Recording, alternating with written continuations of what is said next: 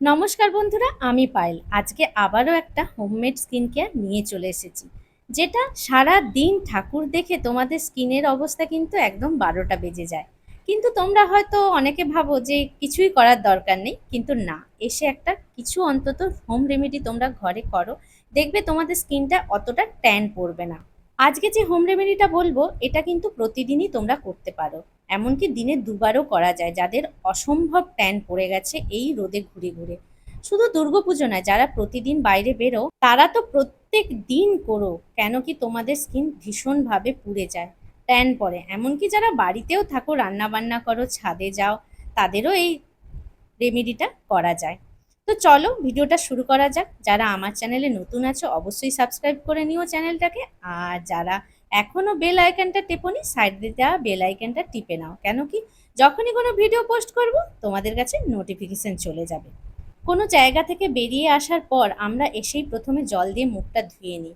তারপরে এখানে দেখো আমি 2 চামচ দুধ নিলাম, আর একদম অ্যালোভেরা নিলাম, আর তাতে কয়েক ফোঁটা লেবু নিয়ে নিলাম। যাদের একটু ড্রাই স্কিন আছে তারা কিন্তু লেবুটা কম পরিমাণে নিও, আর যাদের একটু অয়েলি স্কিন আছে তারা একটু বেশি পরিমাণে নিও। সবগুলোকে ভালো করে ফেটিয়ে আমরা স্কিনে এটাকে লাগিয়ে নেব। তারপরে একটা টাওয়াল দিয়ে মুছে নেব, বা যে কোনো টিস্যু দিয়েও মুছে নিতে পারি। আমাদের প্রথমে কিন্তু স্কিনটা ক্লিন করতে হয়, তারপরে স্ক্রাবিং প্রসেস আসে। এখানে দেখো আমি এখানে মুসুর ডাল বাটা একটুখানি নিয়ে নিলাম।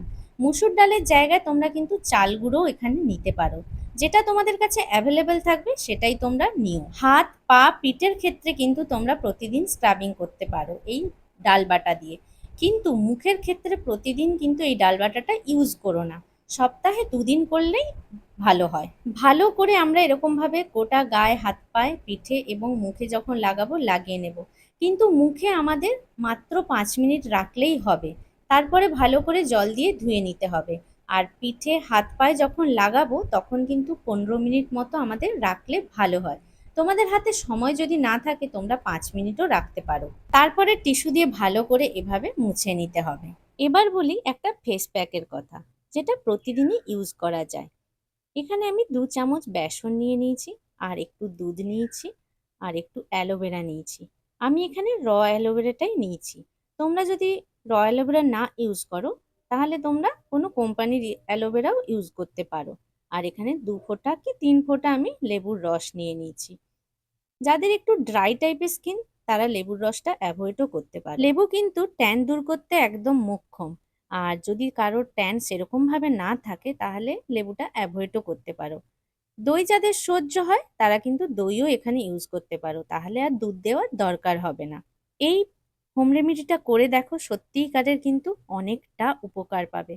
আর ট্যানটা যখন ক্লিয়ার হয়ে যায় স্কিন কিন্তু আপসে আপে গ্লো করতে শুরু করে। একটা জিনিস স্কিপ করে গেছি, প্রথমে কিন্তু এই প্রসেসগুলো শুরু করার আগে তোমরা ফেস ওয়াশ দিয়ে ভালো করে মুখটা ধুয়ে নিও। আমরা এখন অনেক জায়গাতেই দেখতে পাই এক্সফোলিয়েশন।